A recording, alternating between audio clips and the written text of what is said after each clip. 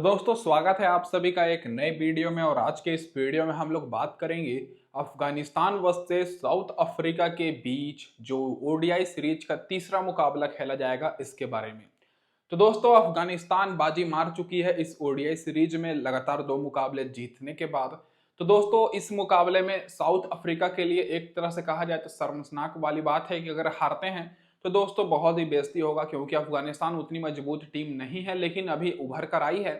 तो दोस्तों इस वीडियो में हम लोग पूरी डिटेल एनालिसिस करने वाले हैं। साथ में दोस्तों जानेंगे कि अफगानिस्तान की तरफ से कौन से खिलाड़ी को कैप्टन वाइस कैप्टन बनाएं और कौन से ऐसे 3-4 खिलाड़ी हैं जो कि साउथ अफ्रीका की तरफ से अच्छा परफॉर्मेंस कर सकते हैं। और कैप्टन वाइस कैप्टन पे ज्यादा हम लोग का फोकस रहेगा। गौर कीजिएगा दोस्तों ये जो मुकाबला है 22 तारीख को खेला जाएगा शाम में 5:30 बजे से। और ग्राउंड की बात करें तो उसी ग्राउंड पर शारजाह में ये मुकाबला होगा।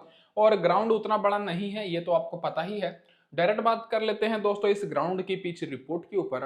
तो यहाँ पर बहुत ओडीआई मुकाबले हुए हैं, लेकिन रिसेंट के दोस्तों जो 11 मुकाबले हुए हैं उसमें से पहले बैटिंग करने वाली टीम 6 बार जीती है, चेस करने वाली टीम 5 बार। और दोनों पिछला मुकाबला तो अफगानिस्तान ही जीती है, एक चेस करते हुए और एक पहले बैटिंग करते हुए। और एवरेज स्कोर यहाँ पर आपको पिछले 10-11 मुकाबले में 200 के ऊपर देखने को मिलेगा। हाईएस्ट स्कोर यहाँ पर यूएई ने 348 रन बनाया है, लोएस्ट स्कोर साउथ अफ्रीका का है। और स्कोरिंग पैटर्न देखिएगा तो यहाँ पर 200 के नीचे 3 बार स्कोर बना है दोस्तों, 200-250 के बीच में 4 बार, 250 और 300 के बीच में 1 बार, और 300 के ऊपर भी यहाँ पर 1 बार स्कोर जा चुका है। और रिसेंट में दोस्तों यहाँ पर अफगानिस्तान अभी आयरलैंड को भी हरा कर आ रही है और अभी साउथ अफ्रीका को तो हरा रही ही है।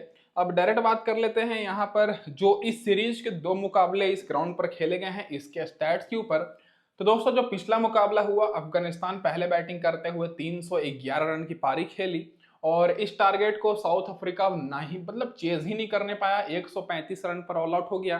तो आप लोग समझ सकते हैं कि अफगानिस्तान कितनी अभी मजबूत टीम बन चुकी है। और 177 रन से जीती दोस्तों। ओडीआई में 177 रन बहुत मायने रखता है। फास्ट बॉलर को मात्र 3 विकेट मिली और स्पिनर्स को 11 विकेट। तो और आप सभी को जैसे कि पता है कि अफगानिस्तान की जो टीम है खास करके स्पिन बॉलर के लिए जानी जाती है, तो उसी हिसाब से इनको स्पिनर्स को ज्यादा विकेट मिल रही है। और उससे पहले 6 विकेट से जीती थी, जिसमें फास्ट बॉलर को 5 विकेट और स्पिन बॉलर को 8 विकेट मिली है। तो दोस्तों इन दोनों मुकाबले में तो अफगानिस्तान जीती ही है। साथ में टोटल मुकाबले में मिलाकर फास्ट बॉलर को 8 ही विकेट मिली और स्पिनर्स को 19 विकेट। तो यहाँ पर आपको स्पिन बॉलर पर फोकस करना है। राशिद खान हो गए, एन खटोरे हो गए, फिर मार्करम पर भी आप लोग फोकस कर सकते हैं। फर्स्ट इनिंग में स्पिन बॉलर को 7 विकेट मिली है, फास्ट बॉलर को 6 विकेट। सेकेंड इनिंग में फास्ट बॉलर को बिल्कुल भी मदद नहीं मिल रही है, मात्र 2 ही विकेट लिए हैं। और सेकेंड इनिंग में स्पिनर्स हावी हो जा रहे हैं, 12 विकेट लिए हैं। तो जो भी टीम सेकेंड इनिंग में बॉलिंग कराएगी उनके आपको स्पिनर्स पर फोकस करना है दोस्तों। अब इसके बाद डायरेक्ट बात कर लेते हैं यहाँ पर हेड टू हेड रिकॉर्ड के ऊपर। तो दोस्तों 4 मुकाबले हुए हैं, 2 मुकाबला अफगानिस्तान जीता है, 2 मुकाबला साउथ अफ्रीका। लेकिन रिसेंट फॉर्म देखिएगा तो आप लोग शॉक हो जाइएगा। रिसेंट के 5 ओडीआई मुकाबले में लगातार 4 मुकाबले अफगानिस्तान जीती है। और वहीं साउथ अफ्रीका का रिसेंट के 5 अगर ओडीआई मुकाबला निकाला जाए तो 5 में से दोस्तों लगातार 3 मुकाबले हारे हैं और केवल 1 ही मुकाबला जीते हैं। तो साउथ अफ्रीका का फॉर्म अभी बहुत ही खराब चल रहा है ओडीआई में, और आप लोग अभी देख भी रहे होंगे। अब इसके बाद दोस्तों डायरेक्ट बात कर लेते हैं कि क्या रहेगी इस मुकाबले में अफगानिस्तान की प्लेइंग 11। और दोस्तों जैसे मैंने आपको पिछले मुकाबले में बताया था कि एक बदलाव हो सकता है, और पिछले मुकाबले में यहाँ पर अली खील को खिलाया गया था और सीरीज तो अफगानिस्तान जीत चुकी है, तो नए प्लेयर को मौका भी दिया जा सकता है। तो फिलहाल आपको ओपनिंग करते हुए आर गुरबज और रियाज हसन दिखेंगे, फिर रहमत शाह, हजमतुल्लाह सईदी, उमर जाई, मोहम्मद नबी, अली खील आएंगे, फिर एन खटोरे, फिर राशिद खान, गजम्फर, फिर फैजल फारूकी। चेंजेस तो दोस्तों पक्का है कि चेंजेस होंगे, और चेंजेस होंगे तो कहां पर आपको अपडेट मिलेगी उसके लिए आप लोग क्या कीजिए कि दोस्तों फटाफट से टेलीग्राम पर जुड़ जाइए। लिंक आप सभी को डिस्क्रिप्शन में मैंने दिया है। यहां पर आपको टॉस के बाद बिल्कुल फ्री में टीम्स मिलेगी और पूरा इन्फॉर्मेशन मिलेगा। चैनल पर पहली बार आए तो सब्सक्राइब भी जरूर कर लीजिएगा, ताकि आगे के सारे अपडेट्स आपको सबसे पहले मिलती रहे दोस्तों। अब डायरेक्ट बात कर लेते हैं यहाँ पर जो साउथ अफगानिस्तान के जो प्लेइंग 11 है इनके दोस्तों सारे प्लेयर्स के रिसेंट फॉर्म के ऊपर। तो पिछले मुकाबले में मैंने आपको साफ साफ कहा था कि आर गुरबज दोस्तों हमारे लिए यहाँ पर डिफरेंशियल ऑप्शन रहेंगे, और पिछले मुकाबले में भी बिल्कुल वैसा हुआ। 105 रन की इन्होंने पारी खेली है। और रिसेंट फॉर्म के आधार पर मैंने आपको कहा था, क्योंकि पिछले मुकाबले में देखा जाए तो उससे पहले 0 रन पर आउट हो गए थे, और रिसेंट में 51 रन, 121 रन, 48 रन रिसेंट में अच्छा परफॉर्मेंस दिए थे। लेकिन एक मुकाबले फ्लॉप होने के कारण इनको बहुत ही कम लोग ले रहे थे, लेकिन हम लोग ने इनको अपनी टीम में रखा था, शानदार विनिंग हुई है। और रियाज हसन की बात करें तो ये पिछले मुकाबले में 29 रन की पारी खेले हैं और ये ऐसे प्लेयर हैं जो कि ज्यादा लंबी पारी नहीं खेलने पाते हैं। तो रियाज हसन का रिसेंट फॉर्म भी देखा जाए तो कुछ खास नहीं है और रिसेंट के 12-13 मुकाबले में केवल इन्होंने एक मुकाबले में 54 रन की पारी खेली है, नहीं तो बाकी सारे मुकाबले में 20 से 25-30 रन के आसपास ही बनाए हैं। तो टॉप ऑर्डर से आपको यहाँ पर रियाज हसन को ड्रॉप करके नीचे से दोस्तों यहाँ पर आपको रहमत शाह को ले लेना है, क्योंकि रहमत शाह अच्छे फॉर्म में दिखे हैं। पिछले मुकाबले में इन्होंने 50 रन की पारी खेली है। हालांकि रिसेंट फॉर्म इनका ठीक ही ठाक है, 63 रन, 65 रन, 52 रन। तो यहाँ पर टॉप ऑर्डर से आपको 3 में से 2 प्लेयर को तो आपको लेना है, आर गुरबज और रहमत शाह। बाकी रियाज हसन आप लोग के लिए मेगा ग्रैंड लीग के लिए इंपॉर्टेंट रहेंगे। फिर यहाँ पर हजमतुल्लाह शहीदी की बात करें तो ये भी इंपॉर्टेंट नहीं रहेंगे, क्योंकि पिछले मुकाबले में अपने आप को बैटिंग करने के लिए नहीं भेजे, नीचे आए थे, मतलब इनको बैटिंग ही नहीं मिला। और रिसेंट में उससे पहले 16 रन की पारी खेले हैं, 50 रन 69 रन की पारी तो खेले हैं, लेकिन ज्यादातर मुकाबले में इन्होंने फ्लॉप परफॉर्मेंस दिया है। तो एच शहीदी को आपको नहीं लेना है। टॉप के 2 प्लेयर को लेने के बाद डायरेक्ट आप लोग ऑलराउंडर पर फोकस करिए, क्योंकि यहाँ पर अजमतुल्लाह उमर जाई बहुत ही अच्छा रिकॉर्ड है दोस्तों इनका। और साउथ अफ्रीका के खिलाफ पिछले मुकाबले में 86 रन नॉट आउट की पारी खेले, 1 विकेट लिए, फिर उससे पहले 25 रन नॉट आउट। तो इन पर आपको बहुत ज्यादा फोकस करना है और अजमतुल्लाह उमर जाई आप लोग के लिए बेस्ट ऑप्शन रहेंगे कप्तान वाइस कप्तान के लिए। उसके बाद दोस्तों मोहम्मद नबी, ये दोस्तों डिफरेंशियल ऑप्शन रहेंगे, क्योंकि मोहम्मद नबी को पिछले मुकाबले में 13 रन की पारी खेले, उससे पहले इनको कुछ मिला नहीं था, लेकिन रिसेंट में 48 रन 5 विकेट 40 रन की पारी इन्होंने खेली है। तो मोहम्मद नबी को कम लोग लिए हैं, तो मोहम्मद नबी एज अ डिफरेंशियल ऑप्शन रहेंगे इस मुकाबले में। तो ये इस मुकाबले में आप लोग को अच्छा खासा पॉइंट्स दिला सकते हैं। बाकी अली खील को भी आप लोग को इग्नोर करना है। बॉलिंग में दोस्तों आपको ज्यादातर स्पिन बॉलर पर फोकस करना है। और पिछले मुकाबले में मैंने एन खटोरे के बारे में साफ साफ कहा था, क्योंकि रिसेंट में आयरलैंड के खिलाफ इन्होंने 2 मुकाबले में 7 विकेट लिया है। पहले मुकाबले में तो विकेट नहीं मिला, लेकिन पिछले मुकाबले में 4 विकेट इन्होंने लिया है। और राशिद खान अभी तक दोस्तों 7 विकेट ले चुके हैं 2 मुकाबले में। तो दोनों स्पिन बॉलर इस मुकाबले में सेफ ऑप्शन रहेंगे। उसके बाद अगर आप लोग एक फास्ट बॉलर को लेना चाहते हैं तो फैजल फारूक को ले सकते हैं, क्योंकि पहले मुकाबले में 4 विकेट इनको मिला था, पिछले मुकाबले में विकेट लेस रहे हैं।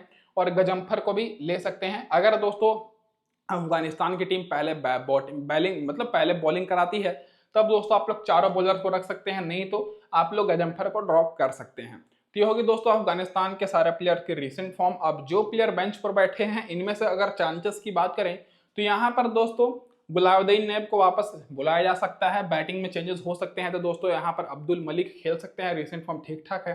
अगर कोई भी बदलाव होगा तो मैं आपको अपडेट करूंगा। अब direct head to head record की बात करें तो दोस्तों हेड टू हेड रिकॉर्ड बहुत अच्छा है अफगानिस्तान का।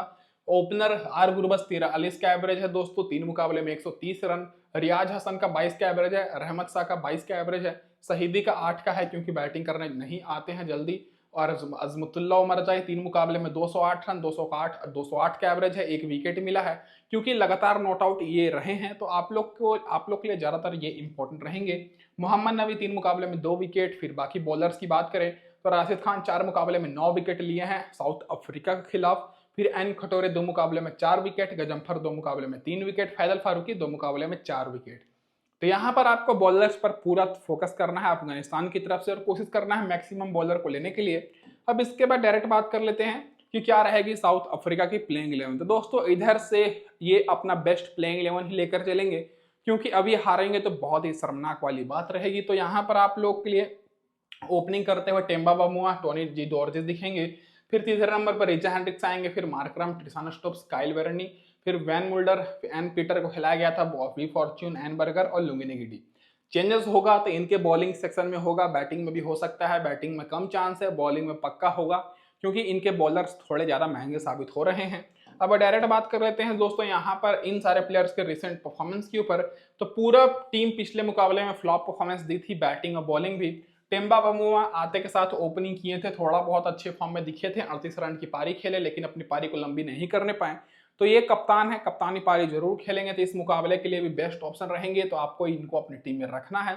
बाकी टोनी डी जॉर्जी 31 रन की पारी खेले, रिचा हेंड्रिक्स 17 रन की, मार्करम 21 रन की पारी खेले हैं। तो मार्करम सेफ ऑप्शन रहेंगे, क्योंकि स्पिन बॉलर हैं और मिडल ऑर्डर में आते हैं बैटिंग करने, बैटिंग और बॉलिंग दोनों कराते हैं। तो टॉप ऑर्डर से आप लोग ज्यादातर मार्करम पर फोकस करिएगा और टेम्बा बामुआ के ऊपर, क्योंकि ये दोनों थोड़े बहुत भरोसेमंद हैं। बाकी टोनी डी जॉर्जी और रीजा हेंड्रिक्स ये दोनों दोस्तों डिफरेंशियल ऑप्शन रहेंगे केवल मेगा ग्रैंड लीग के लिए। ट्रिसान स्टोक्स पिछले 2 मुकाबले में फ्लॉप हुए हैं, रिसेंट में ज्यादातर ओडीआई में इन्होंने फ्लॉप परफॉर्मेंस ही दिए हैं और स्पिन के खिलाफ इनका कुछ ज्यादा बॉल वाला रहा नहीं है, तो ट्रिसान स्टोक्स को भी आपको ड्रॉप करना है। काइल वेरोनी को भी नहीं लेना है क्योंकि इनका भी परफॉर्मेंस पिछले 2 मुकाबले में फ्लॉप है और अफगानिस्तान की ऐसी बॉलिंग लाइनअप है जहां पर बड़े बड़े बल्लेबाज भी फ्लॉप हो जाते हैं, तो आपको एक्सपीरियंस के ऊपर ज्यादा फोकस करना है। तो 2 टॉप ऑर्डर के टेम्बा बाबुआ और एडन मार्करम थोड़े से ठीक लग रहे हैं मुझे।